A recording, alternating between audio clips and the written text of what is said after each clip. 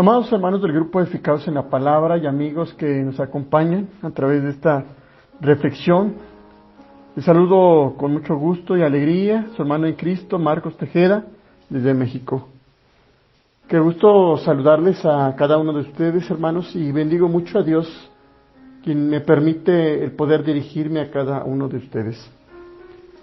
Queridos hermanos, acerca de la ruta correcta hacia una renovación en Cristo, el tema que hoy nos toca reflexionar se titula Si tu hijo pide, y esta reflexión está basada en el texto de Mateo capítulo 7, del versículo 9 al versículo 11.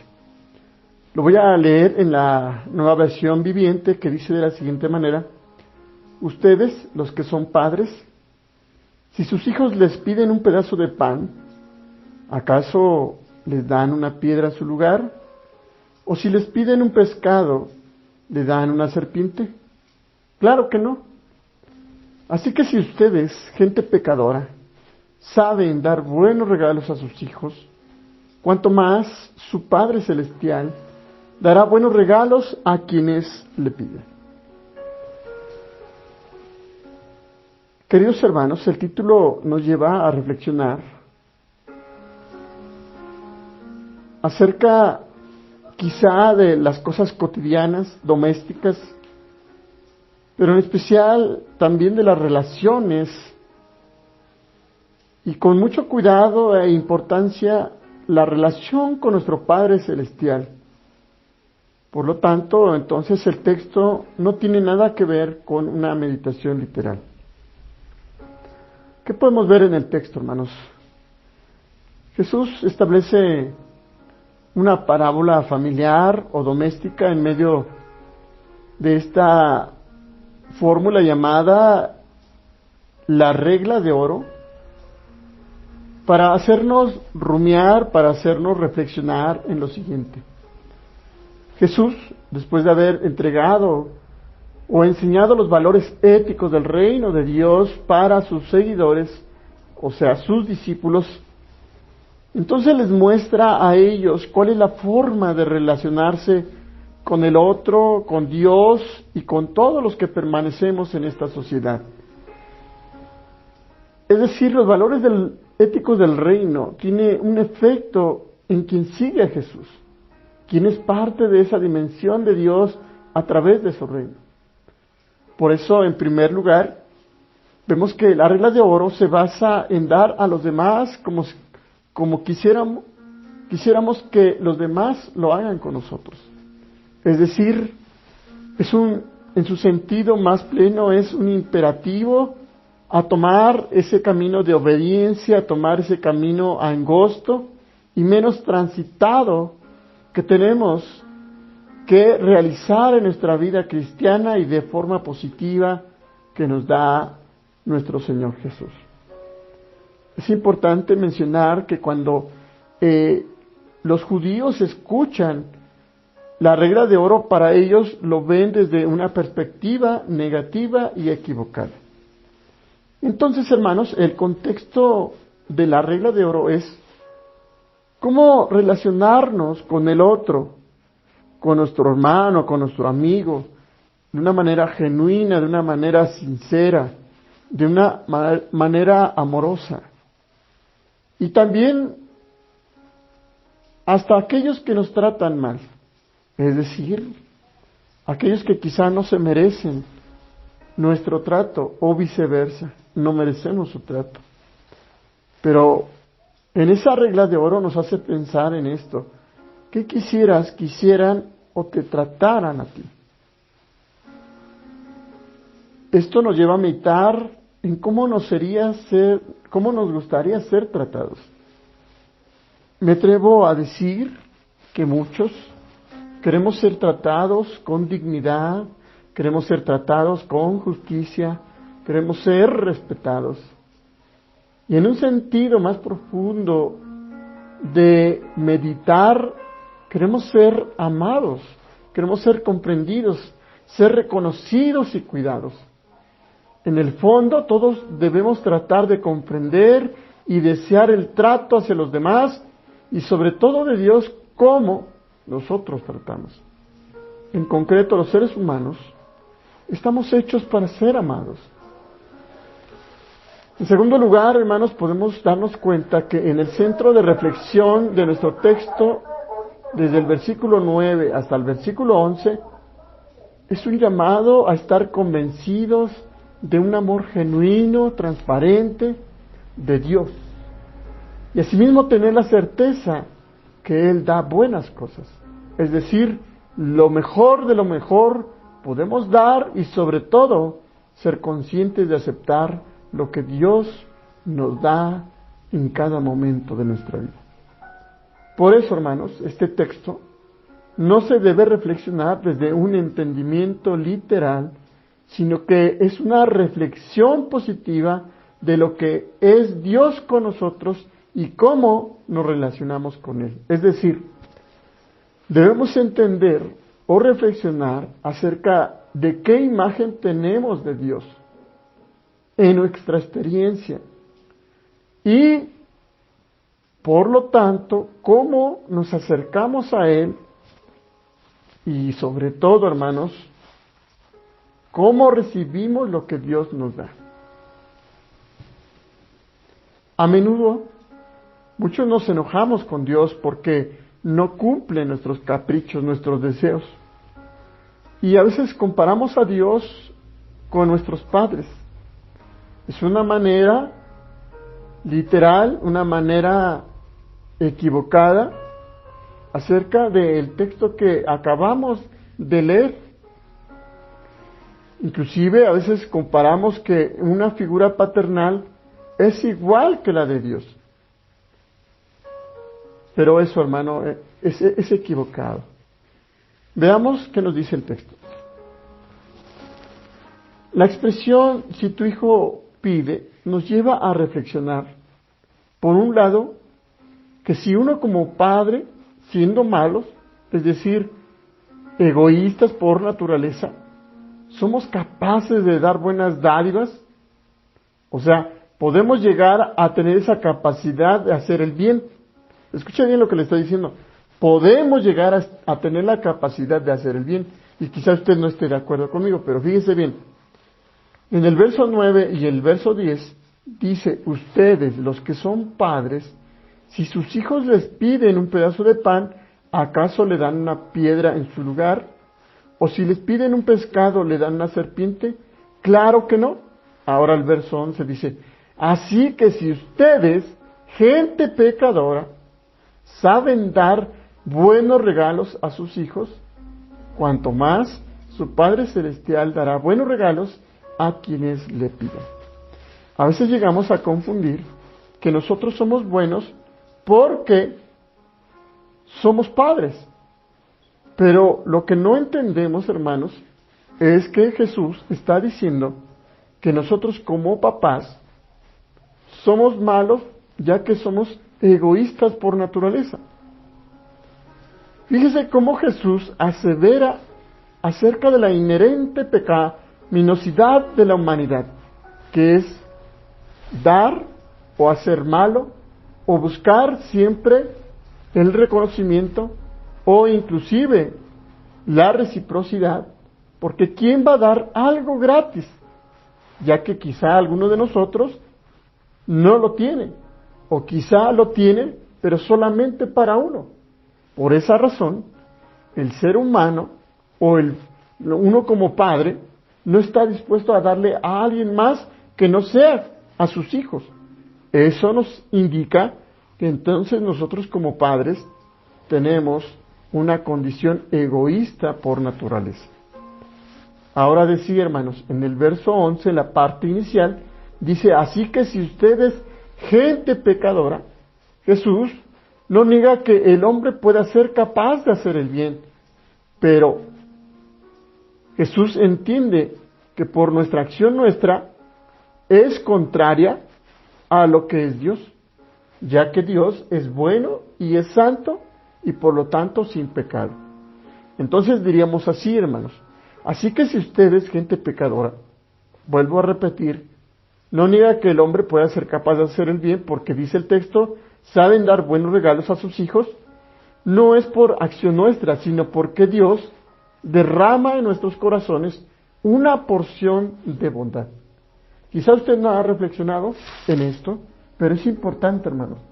Cada vez que nosotros hacemos una acción buena, amamos a nuestros hijos, no es porque nosotros podamos tener la fuerza, la empatía o inclusive, hermanos, el amor, sino que es Dios quien nos da de su bondad, de su misericordia, de su compasión, de su amor, para mostrarle a nuestros hijos.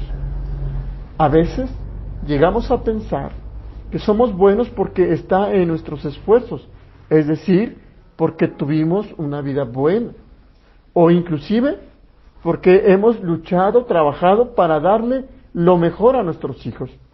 Pero olvidamos, hermanos, que es Dios quien nos ha regalado esas bendiciones. Es Dios el que nos ha dado la capacidad, nos ha dado la fuerza para poder amar a nuestros hijos, porque tenemos a un Dios bueno y que Él siempre toma la iniciativa para poner en nuestros corazones ese amor compasivo, esa gracia, ese amor incondicional hacia nuestros hijos. Entonces, hermanos, Dios es bueno.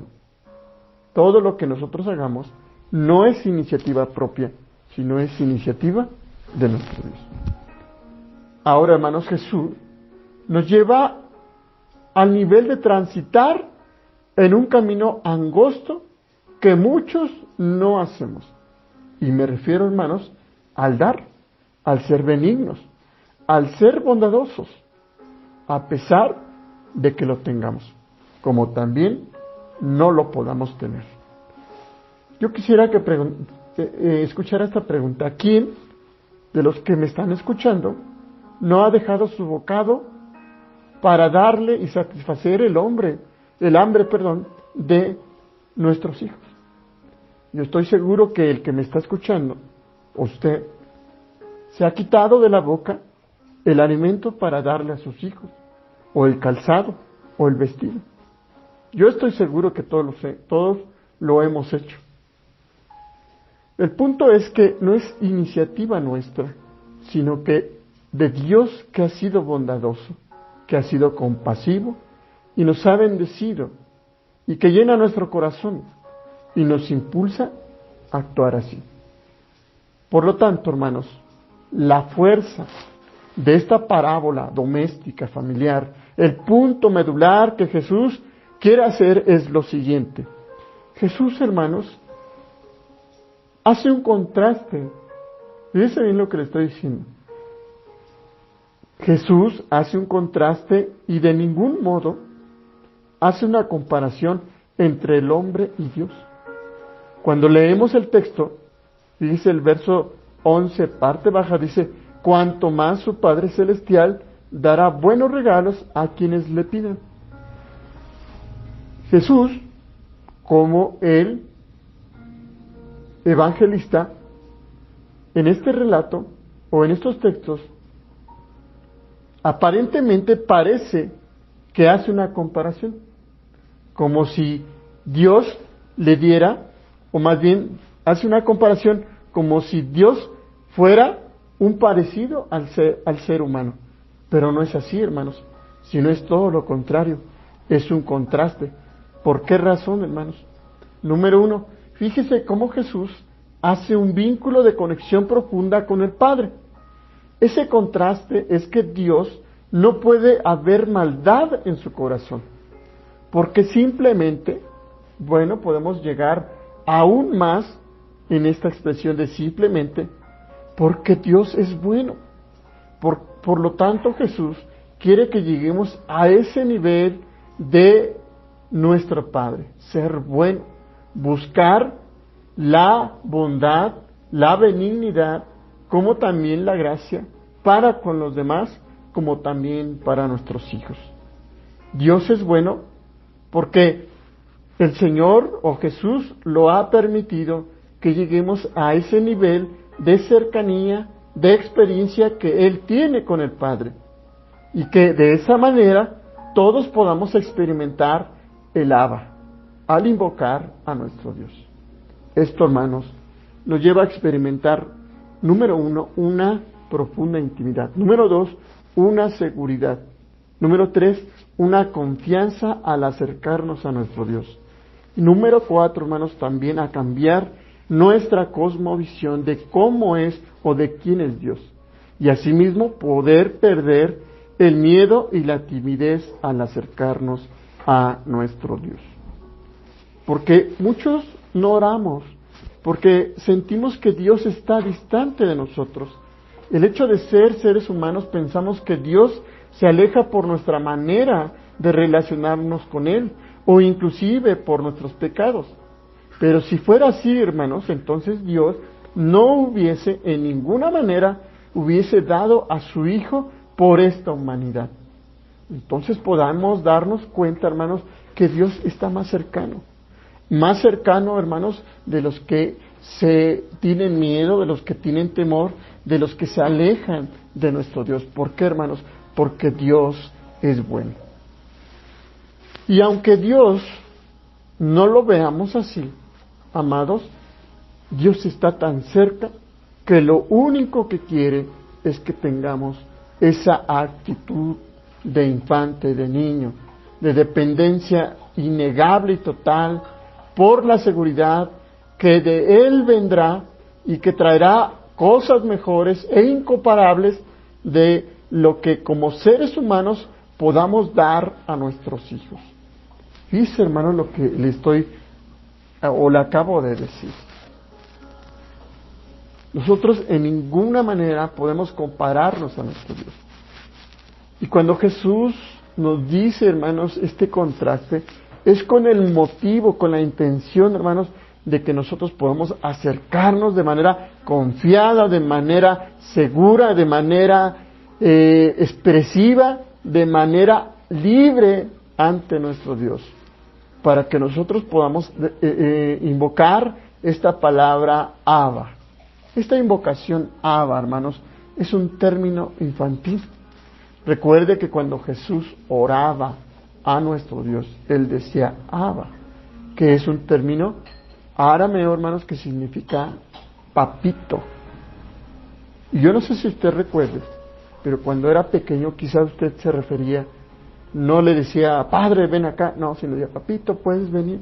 Entonces, Jesús, hermanos, nos da el poder con esta invocación para poder comunicarnos con Dios, que es nuestro Padre Celestial. Y ahora entrega en nuestras manos, como sus discípulos, para que repitamos lo que Él hizo. Abba, Padre. Así que, queridos hermanos, Jesús hace un contraste y de ningún modo hace una comparación entre un hombre humano, Padre, a nuestro Dios celestial, nuestro Padre celestial, que es un Dios bueno. La segunda parte, hermanos, que Jesús nos hace ver la fuerza de esta parábola doméstica, es que el problema de este entendimiento acerca de poder relacionarnos con Dios como Padre Celestial es que para muchos de nosotros parece ser tan simplista, es decir, demasiado simple, pero no lo es, porque muchos pensamos ¿qué de bueno tiene Dios que hace que nosotros le podamos pedir? Si Él conoce nuestras necesidades. Es decir, muchos llegan a decir, o sea, ¿para qué le pido a Dios si Él conoce mis necesidades? Pero aquí Jesús nos confronta que esa es una falsa imagen de Dios que muchos tenemos. Porque muchos podemos tener que Dios es egoísta, que es caprichoso, que quiere que nosotros nos acerquemos y le supliquemos y ahí estemos ahí implorando, invocando al Señor para que Él pueda captar o podamos captar su atención. No es así, queridos hermanos. Porque Dios, hermanos, no es ajeno a nuestras necesidades, sino todo lo contrario, hermanos.